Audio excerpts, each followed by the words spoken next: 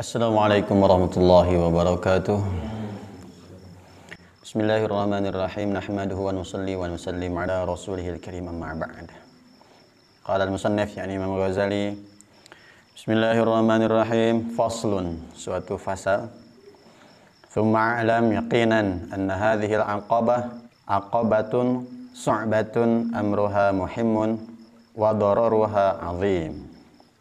Kemudian ketahuilah dengan yakin bahwa tahapan ini adalah tahapan yang berat masalahnya dan bahayanya sangat besar. Aqabah taubat. Ya, aqabah taubat ini adalah tahapan yang masalahnya begitu berat dan bahayanya begitu besar. Sungguh telah sampai kepada kami dari Al-Ustadz, yaitu Syekh Abu Ishaq Al-Isfarayini rahimahullah ta'ala, dan adalah beliau termasuk orang yang ahli dalam hal keilmuan lagi pengamal dengannya. Bahwasanya beliau berkata, aku berdoa kepada Allah Subhanahu wa taala selama 30 tahun agar dia merezekikan kepadaku taubatan nasuha. Seorang syekh, seorang ulama. Berapa tahun tadi? 30 tahun terus berdoa supaya diberi taubat nasuha. Kita sudah berapa tahun bertaubat? Ini seorang ulama, seorang syekh, supaya mendapatkan taubat nasuha itu sampai 30 tahun doanya. Dan di sini disebutkan ayyarzuqani, supaya Allah memberiku rizki taubatan nasuha. Jadi ketika kita bisa taubatan nasuha itu adalah sebuah rizki. Jadi rizki itu bukan hanya berupa harta, berupa uang, melainkan taubat nasuha ini termasuk rizki yang sangat besar. Tidak ada bandingannya kalau dibandingkan dengan dunia. Dunia itu kecil, diberi kekayaan itu kecil. Tapi ketika seseorang diberikan taubat nasuha, setelah dia bertaubat tidak melakukan dosa lagi, ini adalah rizki yang sangat besar, melebihi daripada rizki-rizki keduniawian yang lainnya. Kemudian aku terheran-heran pada diriku, lalu aku berkata, Maha Suci Allah, kebutuhan yang aku mohonkan kepada Allah terhadap hal itu selama 30 tahun, lalu hal itu tidak dikabulkan untukku hingga sekarang ini. Perasaan syekh ini selama 30 tahun berdoa kepada Allah, merasa Allah tidak mengabulkan doanya, diberikan apa? Taubat nasuha. Nah, kita baru sekali taubat, 2 kali taubat sudah merasa itu taubatan nasuha. Ini 30 tahun merasa tidak dikabulkan oleh Allah Subhanahu wa taala. Karena yang tahu taubatan nasuha hanya Allah. Diri ini tidak bisa mengukur apakah Allah sudah mengampuni kita atau tidak, nggak tahu. Tapi saking tawaduknya ini syekh, seorang ulama ini merasa selama 30 berdoa supaya diberi taubat nasuha, ini tidak dikabulkan oleh Allah. Jadi perasaannya terus merasa masih punya dosa yang belum diampuni oleh Allah. Nah, kita pun harusnya seperti itu. Terus berdoa, meminta ampunan kepada Allah supaya Allah memberikan kita taubatan nasuha, dan perasaan kita merasa dosa kita belum diampuni. Ya. Kita sering-seringlah berdoa setelah sholat, Allahumma rzuqni taubatan nasuha. Bahkan kalau seandainya kita ini dalam sujud agak lama, biasanya sujud terakhir dalam sholat, khususnya sholat sunnah kita, jangan tinggalkan doa ini, Allahumma rzuqni taubatan nasuha. Bukan hanya sekedar doa dunia, sujud lama, apa yang dipinta? Supaya diselesaikan hutangnya, supaya diperbanyak rezeki duitnya. Tetapi minta rezekinya, rezeki supaya diberi taubatan nasuha. Lalu aku melihat pada satu kondisi yang serupa dengan yang dilihat oleh orang tertidur. Seolah ada seorang berkata kepadaku, apakah engkau heran dari kejadian yang kamu alami itu?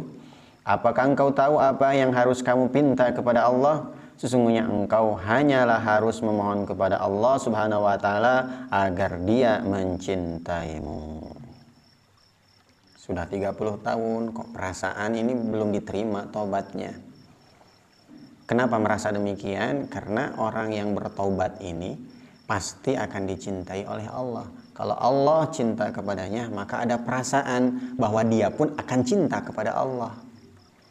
Kalau perasaan cinta kita kurang kepada Allah, ibadahnya kok nggak bertambah, ini tanda-tanda Allah tidak cinta padanya. Kalau Allah tidak cinta padanya, maka taubatnya pun belum diterima. Agar seseorang dicintai oleh Allah itu adalah berat, perlu perjuangan.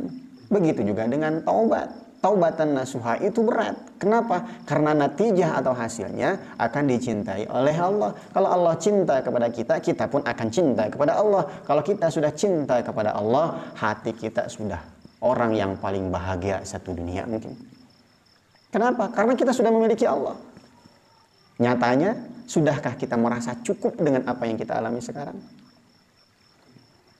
Dunia terasa masih kurang, ibadah malah merasa sudah cukup. Kenapa? Karena mungkin cinta kita kurang kepada Allah, nggak mau mengejar Allah. Duha malas, cukup sholat fardu saja. Ba'diyah malas, cukup sholat fardu saja. Apalagi harus tahajud. Kenapa? Merasa cukup dengan sholat fardunya. Kenapa merasa cukup? Karena cintanya kepada Allah kurang. Kenapa cintanya kepada Allah kurang? Karena Allah tidak cinta kepadanya. Kenapa Allah tidak cinta kepadanya? Karena masih banyak dosa yang belum diampuni oleh Allah. Inilah yang dirasakan oleh Syekh tadi. 30 minta kepada Allah, perasaannya itu kayak kurang cinta kepada Allah. Kayaknya nih Allah belum menerima taubatnya. Dan seorang ini berkata, gak usah heran. Karena hasilnya begitu luar biasa besar, maka untuk taubat nasuha ini perlu perjuangan yang sangat besar. Tidakkah engkau mendengar firman Allah Subhanahu wa taala?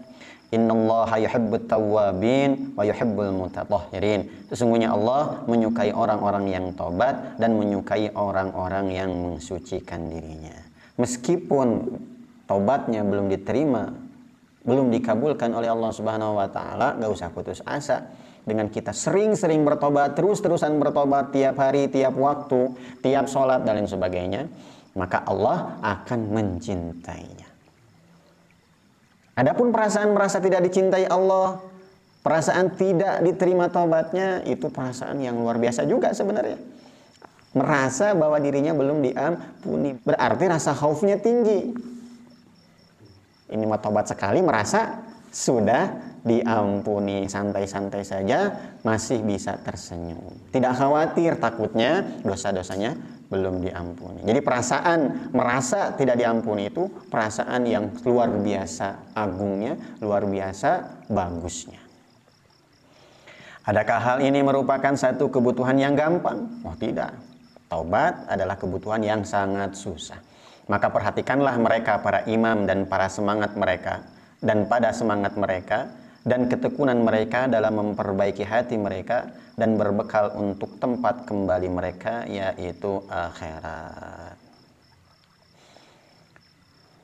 Coba lihat para imam, para syekh, para ulama, para wali-wali Allah, mereka begitu memperhatikan hal tersebut. Mereka warok dalam makanan, dalam hal-hal maksiat. Jangankan maksiat yang mubah pun mereka hati-hati. Ibadahnya terus dipertambah untuk mencapai tempat kembali mereka yang bagus, yaitu akhirat.